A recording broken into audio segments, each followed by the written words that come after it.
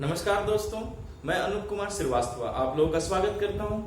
तो बच्चे, हम संविधान सभा चैप्टर पढ़ रहे थे और मैंने संविधान सभा की जितनी इम्पोर्टेंट बातें थी सारी बातें मैंने आपको बता दी थी। और अब हमें उसी क्लास को आगे बढ़ाना है और आज जानना है हमें अस्थायी मंत्रिमंडल के बारे में।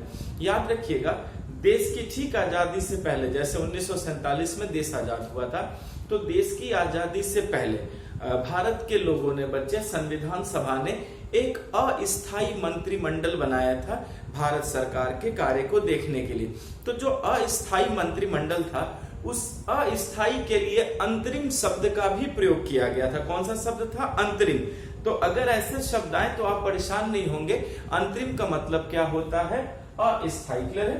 तो सभी बच्चे याद रखिएगा, हमें जानना है अंतरिम मंत्रिमंडल। अंतरिम मंत्रिमंडल देखते हैं कौन कौन लोग थे इस पद पर। अंतरिम मंत्रिमंडल, और अंतरिम का मतलब क्या होता है? अंतरिम का मतलब होता है अस्थायी। क्लियर है बच्चे? तो अस्थायी मंत्रिमंडल, और ये कब बना था? 1946 1946 में। ये बहुत इंपॉर्टेंट है बच्चे, आपसे पूछा जाता है कि कौन से मंत्री थे और किस मंत्री को कौन सा पद मिला था। क्लियर है? तो बच्चे, हम यहाँ व्यक्तियों के नाम लिखेंगे और इस तरफ उसके पद लिखेंगे। ये बहुत इंपॉर्टेंट है एग्जाम के पॉइंट ऑफ व्यू से बच्चे, इसलिए आप इस सबों को याद रखिएगा। मैं आपको बहुत इंपॉर्टेंट चीजें बता रहा हूँ, ठीक है? ये देखिए, मैंने यहाँ लिख भी दिया है ताकि आप भूलेंगे नहीं, ये इंपॉर्टेंट है। तो अंतरिम मंत्रिमंडल में मैंने जो सबसे पहला नाम लिया, उनका नाम है जवाहरलाल नेहरू। क्लियर है? तो हमें ये जानना है कि जवाहरलाल नेहरू के पास कौन कौन से पद थे। स्पष्ट है? तो बच्चे याद रखिएगा कि जवाहरलाल नेहरू के पास ये जितने वैदेशिक मामले थे वो सब किनके पास था? जवाहरलाल नेहरू के पास। क्लियर है? तो पहले ये याद रखिएगा कि इनके पास सारा जो है वैदेशिक मामला था। क्लियर है? अच्छा, फिर याद रखना है बच्चे कि राष्ट्रकुल जो देश होते हैं, राष्ट्रकुल। क्लियर है बच्चे? राष्ट्रकुल देशों में अध्यक्ष यही बने थे। किसकी तरफ से? भारत की तरफ से। क्लियर है बच्चे? जो राष्ट्रकुल है, आप इसे कॉमनवेल्थ भी कहते हैं। क्या बोलते हैं?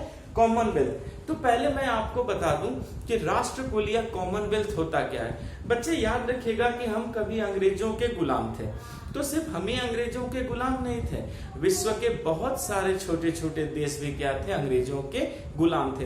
तो जो देश अंग्रेजों के गुलाम थे, फिर वो आजाद हुए, तो उन गुलाम वाले देशों को मिलाकर जो दल बना था, जो संगठन बना था, उसे ही राष्ट्रकुल कहा गया था, उसे ही कॉमनवेल्थ कहा गया था। तो आप यहाँ ये याद रखेंगे कि राष्ट्रकुल देशों में भारत की तरफ से जो प्रतिनिधि थे, आप ऐसे समझ सकते हैं कि भारत की तरफ से जो अध्यक्ष थे, प्रतिनिधि थे, उनका क्या नाम था? जवाहरलाल नेहरू। क्लियर है? आप ऐसे भी कह सकते हैं बच्चे कि राष्ट्रकुल देशों में भारत के यही क्या थे? प्रतिनिधि थे, जिनका नाम था जवाहरलाल नेहरू। क्लियर है? अच्छा, एक चीज याद रखिएगा कि यहाँ पर एक इंपॉर्टेंट सवाल ये आता है कि जवाहरलाल नेहरू किस राजनीतिक दल से संबंधित है। तो सभी बच्चे याद रखिएगा कि जवाहरलाल नेहरू जो थे वो कांग्रेस से संबंधित थे। तो अगर जवाहरलाल नेहरू कांग्रेस से संबंधित थे तो वो कांग्रेस पर भी तो किसी पद में होंगे। तो आपसे ये भी प्रश्न पूछा गया है बच्चे कि जवाहरलाल नेहरू कांग्रेस में किस पद पर थे। तो याद रखिएगा, हम यहाँ बहुत कंफ्यूज होते हैं। जो मैं बोल रहा हूँ उसे ध्यान से देखिएगा बच्चे, इस बात को याद रखना है कि जवाहरलाल नेहरू जो थे वो कांग्रेस में उपाध्यक्ष थे। क्या थे? कांग्रेस में उपाध्यक्ष थे। इस बात को नहीं भूलिएगा कि जवाहरलाल नेहरू के पास वैदेशिक मामले थे, राष्ट्रकुल देशों में वो भारत में के प्रतिनिधि थे, और कांग्रेस में क्या थे? उपाध्यक्ष थे। अब प्रश्न है कि अगर कांग्रेस में उपाध्यक्ष थे तो फिर अध्यक्ष कौन था? तो सभी लोग याद रखिएगा कि मैं यहाँ आपको नोट में लिखवा देता हूँ। नोट का मतलब होता है बच्चे इंपॉर्टेंट।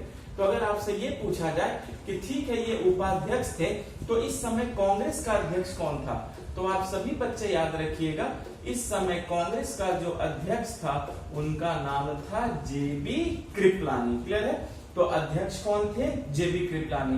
तो सभी बच्चे याद रखिए, जवाहरलाल नेहरू इस अंतरिम मंत्रिमंडल में, अस्थायी मंत्रिमंडल में वैदेशिक मामले, राष्ट्रकुल देशों में भारत के प्रतिनिधि और कांग्रेस में क्या थे? उपाध्यक्ष थे। यहाँ आपको पूरी बात समझ में आ चुकी है बच्चे, तो इसे नहीं भूलिएगा। हाँ, कांग्रेस के अध्यक्ष कौन थे? जेबी कृपलानी थे। ठीक है, चलिए जवाहरलाल नेहरू के बाद हम आगे बढ़ते हैं बच्चे, और हमारा अगला नाम है वल्लभ भाई पटेल। हमारा अगला नाम क्या है? वल्लभ भाई पटेल। हमें ये जानना है कि वल्लभ भाई पटेल को कौन सा पद था। क्लियर है?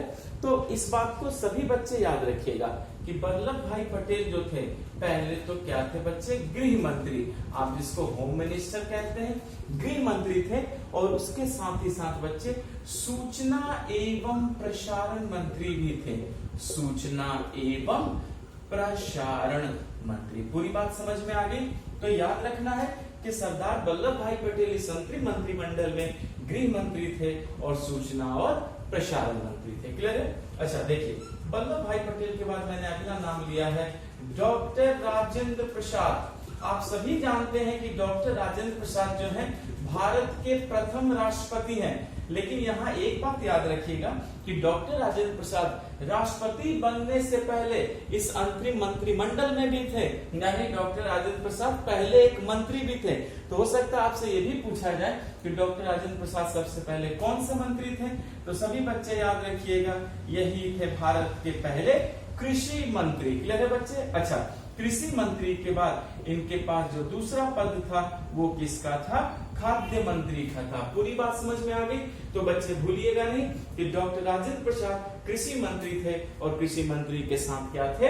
खाद्य मंत्री। क्लियर है? चलिए हम आगे बढ़ते हैं। हमारा अगला नाम है बच्चे बलदेव सिंह। बलदेव सिंह। हमें ये जानना है कि बलदेव सिंह के पास कौन सा पद था। देखिए नाम में ही बल लगा है, बल का मतलब है रक्षा। तो याद रखिएगा कि जो बलदेव सिंह थे वो भारत के प्रथम क्या थे? रक्षा मंत्री। क्लियर है बच्चे? तो बलदेव सिंह भारत के प्रथम रक्षा मंत्री। क्लियर है? अगला नाम है लियाकत अली। लियाकत अली। याद रखिएगा, लियाकत अली ही भारत के पहले क्या हुए बच्चे? वित्त मंत्री हुए। तो लियाकत अली के पास कौन सा पद था? वित्त मंत्री का पद था। क्लियर है? चलिए हम आगे बढ़ते हैं। हमारा अगला नाम है, सभी बच्चे याद रखेंगे, बाबू जगजीवन राम। बाबू जगजीवन राम। ठीक है? बाबू जगजीवन राम जो थे वो भारत के पहले क्या थे बच्चे? श्रम मंत्री थे। हम जिसे लेबर मिनिस्टर भी कहते हैं, आप भूलेंगे नहीं। बाबू जगजीवन राम को क्या मिला था स्थायी मंत्रिमंडल में? श्रम मंत्री। आगे बढ़े बच्चे। ठीक, अब है आसफ अली। आसफ अली। आसफ अली के पास जो पद था वो किसका पद था? वो था रेलवे मंत्री का। ठीक है? आसफ अली क्या थे? भारत के पहले रेलवे मंत्री जो अस्थायी या अंतरिम मंत्री मंडल में थे। आसफ अली के बाद हमारे पास अगला क्या नाम है? जॉन मथाई। जॉन मथाई। और जॉन मथाई के पास क्या पद था? उद्योग एवं आपूर्ति मंत्री। उद्योग एवं आपूर्ति मंत्री। क्लियर है पूरी बात? तो याद रखना है बच्चे कि ये अंतरिम मंत्रिमंडल के ये सदस्य थे और इन्हें जो है अलग अलग इनका क्या मिला था? मंत्रालय मिला था। यहाँ आपने पूरी बात समझ में आ गई? ठीक है। इसके बाद और भी लोग हैं। पहले मैं आप बोर्ड की सारी चीजों को अच्छे से लिख लीजिए बच्चे, ताकि आपको कोई परेशानी नहीं हो। आप वीडियो पॉज करके भी लिख सकते हैं, स्क्रीनशॉट भी ले सकते हैं। ठीक है? चलिए मैं क्लास को आगे बढ़ाता हूँ। तो यहाँ तक तो हमें पता चला कि कौन किस से पद पर थे। ठीक है? आगे बढ़ते हैं। और कौन लोग थे?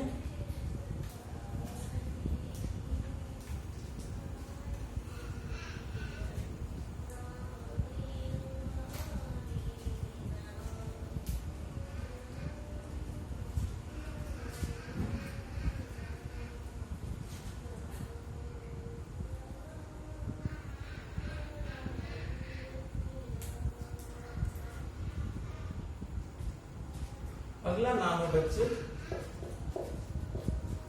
गजानतर अली खान। गजानतर अली खान। तो याद रखना है कि गजानतर अली खान भारत के पहले क्या थे? स्वास्थ्य मंत्री। इन्हें कौन सा पद मिला था? स्वास्थ्य मंत्री का। तो गजानतर अली खां स्वास्थ्य मंत्री। अगला नाम है जोगेंद्र नाथ मंडल। जोगेंद्र नाथ मंडल। जोगेंद्र नाथ मंडल क्या थे भारत के पहले? विधि मंत्री। जोगेंद्र नाथ मंडल को क्या मिला था? विधि मंत्री का पद मिला था। यहां तक क्लियर है बच्चे? तो याद रखिएगा जोगेंद्र नाथ मंडल भारत के पहले क्या हुए? विधि मंत्री। क्लियर है? चलिए अब है बच्चे भाभा। भाभा, भाभा क्या थे? खान कार्य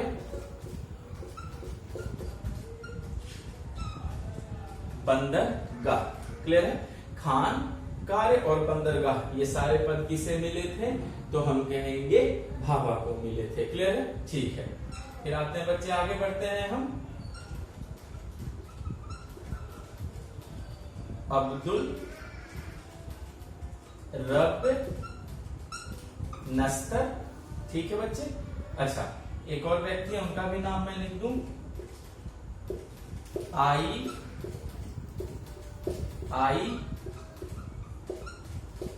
चुंदरीगढ़। ठीक है? अब्दुल रब जो थे क्या है हमारे? संचार। और आई चुंदरीगढ़ इन्हें कौन सा पद मिला था? वाणिज्य। यहां आपको पूरी बात समझ में आ गई बच्चे? तो ये नाम आप याद रखेंगे जिनको कौन कौन सा पद मिला था। क्लियर है? तो याद रखना है, मैं फिर से आपको रिपीट करवा दूं। गजानतर अली खां स्वास्थ्य मंत्री, जोगेंद्र नाथ मंडल विधि मंत्री, भाभा खान कार्य बंदरगाह मंत्री, अब्दुल रब नस्तर संचार मंत्री, आई चुंदरीगढ़ ये क्या थे? वाणिज्य मंत्री।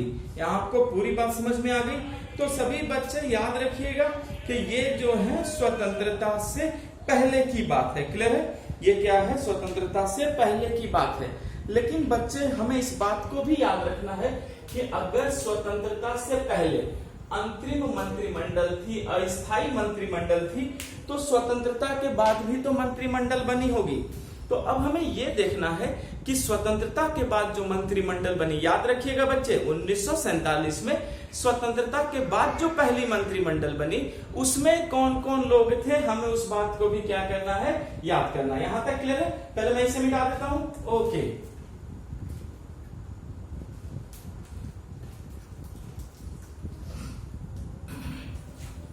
हम आगे बढ़ते हैं बच्चे।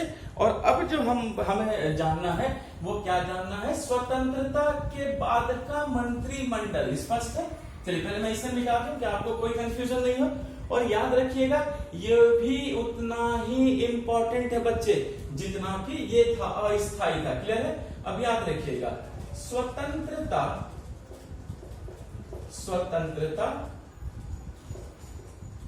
के बाद मंत्रिमंडल, स्वतंत्रता के बाद मंत्रिमंडल, और ये कब बना था?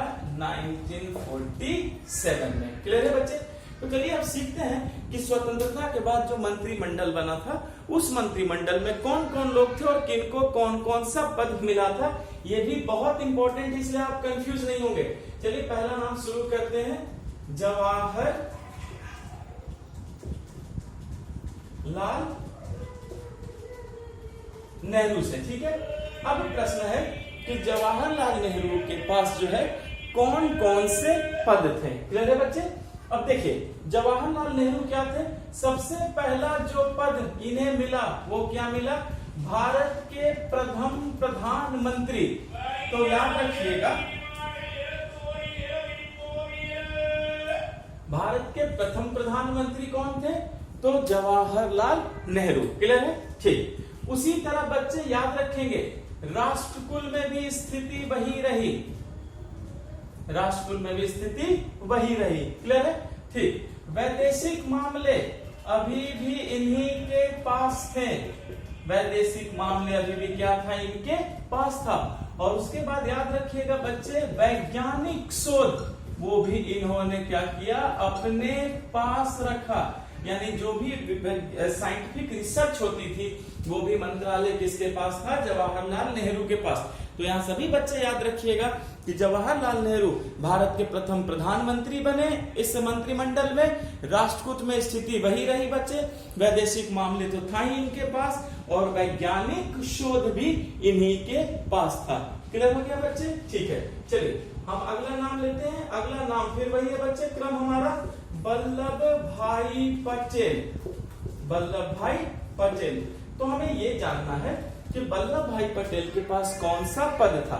तो याद रखना है कि गृह मंत्री तो थे ही, वो इन्हें मिला ही मिला, स्थिति वही रही बच्चे। सूचना एवं प्रसारण ये भी इन्हीं के पास था। एक नई चीज आकर जुड़ गई और वो क्या था बच्चे? राज्यों के मामले। क्योंकि भारत का एकीकरण किसने किया था? भारत का एकीकरण तो वल्लभ भाई पटेल ने ही किया था। तो बच्चे याद रखिएगा कि वल्लभ भाई पटेल को गृह मंत्री, सूचना और प्रसारण मंत्री और राज्यों के मामले का भी मंत्री बनाया गया। यहां तक समझ में आया बच्चे? ठीक है, चलिए फिर अगला नाम हम लेते हैं डॉक्टर राजेंद्र प्रसाद। डॉक्टर राजेंद्र प्रसाद, याद रखिए स्थिति उनके साथ वही रही। कृषि मंत्री का पद रहा और फिर खाद्य मंत्री। क्लियर है? ये पद उनके साथ रही। फिर अगला नाम है मौलाना अबुल कलाम आजाद। मौलाना अबुल कलाम आजाद। क्लियर है? इन्हें मिला शिक्षा मंत्री का पद। इसका मतलब है कि स्वतंत्र मंत्रिमंडल में पहले शिक्षा मंत्री कौन बने? तो हम क्या बोलेंगे? मौलाना अबुल कलाम आजाद। सभी बच्चे याद रखिएगा, मौलाना अबुल कलाम आजाद स्वतंत्र भारत में क्या बने बच्चे? प्रथम शिक्षा मंत्री। क्लियर है? चलिए अगला नाम है जॉन मथाई। जॉन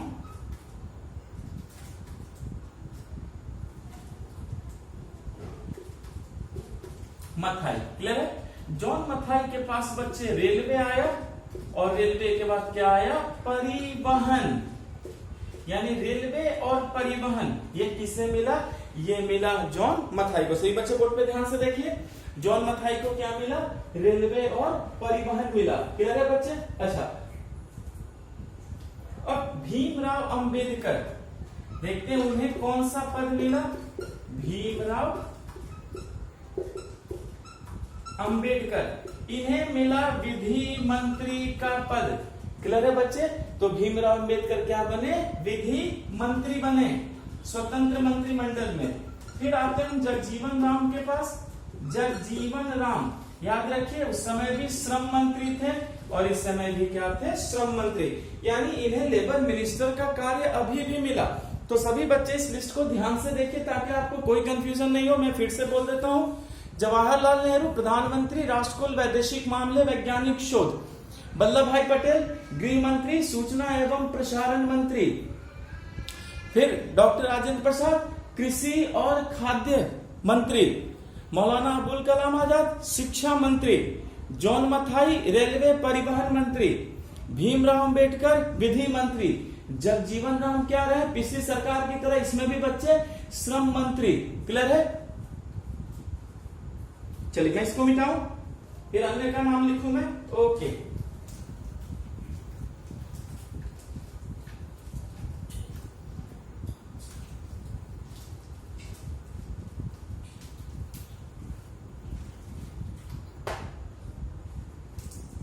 अगला नाम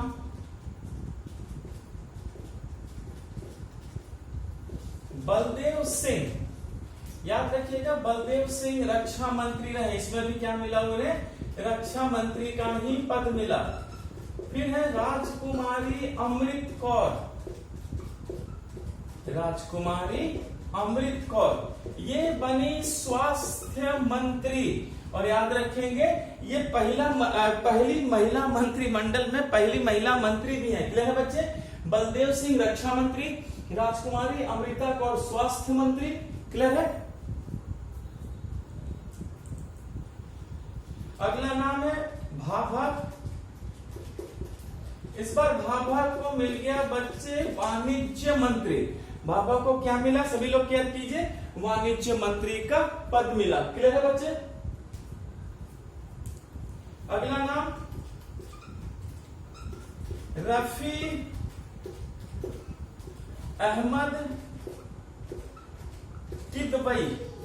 रफी अहमद किदवई, याद रखेंगे बच्चे, यहां पर रफी अहमद किदवई को कौन सा पद मिला, संचार मंत्री, यानी स्वतंत्र मंत्रिमंडल में। सभी बच्चे बोर्ड पर क्लियर कीजिए, रफी अहमद किदवई को क्या मिला, संचार मंत्री का पद मिला।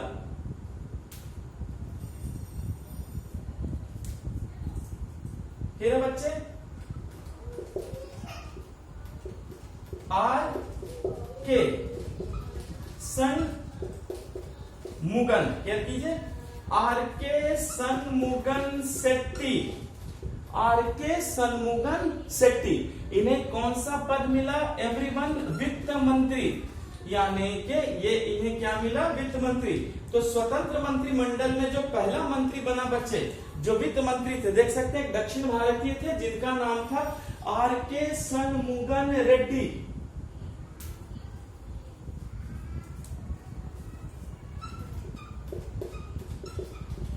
एसपी मुखर्जी,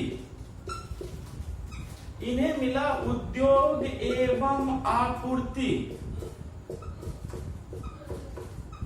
उद्योग एवं आपूर्ति। याद रखिएगा बच्चे, जो एसपी मुखर्जी थे, क्लियर है, उन्हें कौन सा पद मिला, तो हम क्या कहेंगे, उद्योग एवं आपूर्ति का पद मिला।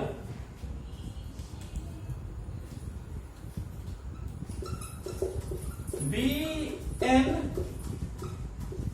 गाडगिल, अब ये जानना है कि बी.एन. गाडगिल को क्या मिला, तो याद रखिएगा बच्चे, कार्य खान और ऊर्जा, कार्य खान और ऊर्जा, बस। तो बच्चे सभी लोग याद रखिएगा, यही थे स्वतंत्रता के बाद का जो मंत्रिमंडल बना था बच्चे, क्लियर है।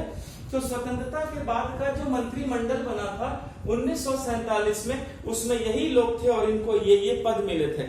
आपसे पूछा जाता है बच्चे कि ये पद किसके पास है, या 4 नाम इधर दे देंगे, 4 नाम उधर दे देंगे और बोलेंगे मैच करो। तो आप ऐसी कोई गलती नहीं कीजिएगा, अगर इसे याद रखेंगे तो आप अपने आप सारे प्रश्नों को बना लेंगे। क्लियर है? अब सभी बच्चे क्लियर कीजिए, यहां पर जाकर हमने संविधान सभा की पूरी बातों को क्लियर किया। अब अगले चैप्टर की ओर बढ़ेंगे, लेकिन याद रखिए, जब भी हम अगले चैप्टर की ओर बढ़ेंगे बच्चे, तो जो पुराना चैप्टर है उसको जोड़ेंगे, ताकि हमें कम से कम मेहनत में ज्यादा से ज्यादा चीजें समझ में आए और हमारा नोट्स इतना मजबूत हो बच्चे कि किसी भी तरह का अगर हम एग्जाम दे तो खुद को बहुत ही क्या करें, कंफर्टेबल फील करें। यहाँ आपको पूरी बात समझ में आ गई? ठीक, तो बच्चे जरा सोचिए कि सबसे पहले मैंने आपको भारत का संवैधानिक विकास पढ़ाया, आपने देखा कि किस तरह से भारत का संविधान का विकास हुआ। उसके बाद मैंने संविधान सभा पढ़ाया और संविधान सभा को यह कहा गया कि आप भारत का संविधान बनाइए और संविधान बनाकर दीजिए। तो चलिए बच्चे मानते हैं कि भारत का संविधान हमें बनकर मिल गया और हम सबके हाथ में हमारे देश का संविधान है। तो तुरंत दिमाग में आता है कि चलो ये जो संविधान हमें मिला है, इसका लक्षण क्या है, कैरेक्टर क्या है, इसकी विशेषता क्या है, समझ में आया? तो बच्चे ठीक हमारा अगला चैप्टर है भारतीय संविधान की विशेषताएं, और ये बहुत इंपॉर्टेंट चैप्टर है बच्चे, आपको क्वेश्चन यहां से मिलने ही मिलने हैं। और संविधान में जैसे हम आगे बढ़ेंगे तो जितने भी चैप्टर्स आएंगे उन सभी चैप्टर में भारत के जो संविधान की विशेषताएं वाला चैप्टर है वो आपकी मदद करेगा। इसलिए इस चैप्टर को बखूबी सीखिए बच्चे, और जब क्वेश्चन बैंक खोलकर आप बनाएंगे तो एक एक प्रश्न आपके बनते चले जाएंगे। तो याद रखिए, इस जीएस प्लेटफॉर्म पर आपके लिए पूरी मेहनत की जाएगी। तो प्लीज चैनल को ज्यादा से ज्यादा लाइक कीजिए, शेयर कीजिए, सब्सक्राइब कीजिए। क्लियर है बच्चे? चलिए मैं मिटाता हूं और हम अपने अगले चैप्टर की ओर चलते हैं, भारत का संविधान की विशेषताएं, भारत के संविधान की विशेषताएं। क्लियर है? चलिए now and the most important chapter, मैं पहले बता दूं ये बहुत ही इंपॉर्टेंट चैप्टर है। इसकी भूमिका से ही प्रश्न बनने शुरू हो जाते हैं। तो पहले मैं आपको अच्छे से इसकी भूमिका सिखाता हूं, फिर हम आगे बढ़ेंगे। पूरी बात समझ में आ गई सभी बच्चों को? ओके, चलिए now the next and very important chapter, हमारा चैप्टर है संविधान की विशेषताएं। सभी बच्चे क्लियर कीजिए, हमारा मोस्ट इंपॉर्टेंट चैप्टर संविधान की विशेषताएं। संविधान की विशेषताएं। क्लियर है? देखिए बच्चे, मैंने यहाँ इंपॉर्टेंट का मार्क भी लगा दिया ताकि आपको पता चले कि नहीं, भारत के जो संविधान की विशेषताएं हैं ये क्या है, बहुत ही इंपॉर्टेंट चैप्टर है। आपको पूरी बात समझ में आ गई? ठीक है, तो चलिए बच्चे, सबसे पहले हम समझना शुरू करते हैं इसकी भूमिका को। और मैंने आपसे क्या कहा है कि भूमिका से ही प्रश्न बनना क्या हो जाएगा, शुरू हो जाएगा। क्लियर है?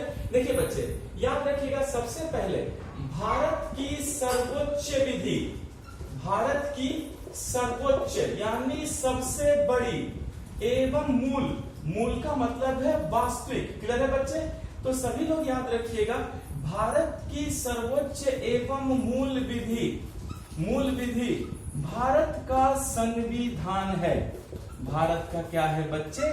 संविधान है। पूरी बात समझ में आ गई?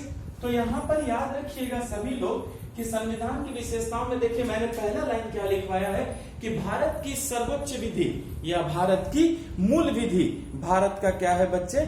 भारत का संविधान है। आप इस बात को नहीं भूलिएगा, दिस इज वेरी इंपॉर्टेंट कि भारत की सर्वोच्च विधि और भारत की मूल विधि क्या है बच्चे?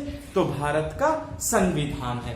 क्लियर है? अच्छा, फिर यहां देखिए, इसका संविधान है और याद रखेंगे कि सभी लोग, क्लियर है बच्चे, एवं शासन तंत्र, मतलब लोग की बात कर दी मैंने, हम लोगों की बात कर दी और शासन तंत्र सरकार की भी बात कर दी।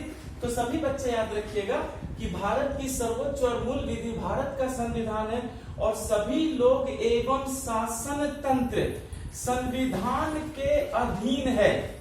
सभी लोग एवं शासन तंत्र संविधान के क्या है बच्चे? अधीन है। अधीन का मतलब है कि जो संविधान के नीचे आते हैं। तो हमें इस बात को याद रखना है कि भारत के सभी लोग, क्लियर है बच्चे, भारत के सभी लोग और भारत का जो शासन तंत्र है वो सभी क्या है बच्चे? संविधान के अधीन है। क्लियर है? अच्छा, फिर याद रखना है संविधान शक्ति का, संविधान शक्ति का स्रोत है। संविधान क्या है बच्चे? शक्ति का स्रोत है।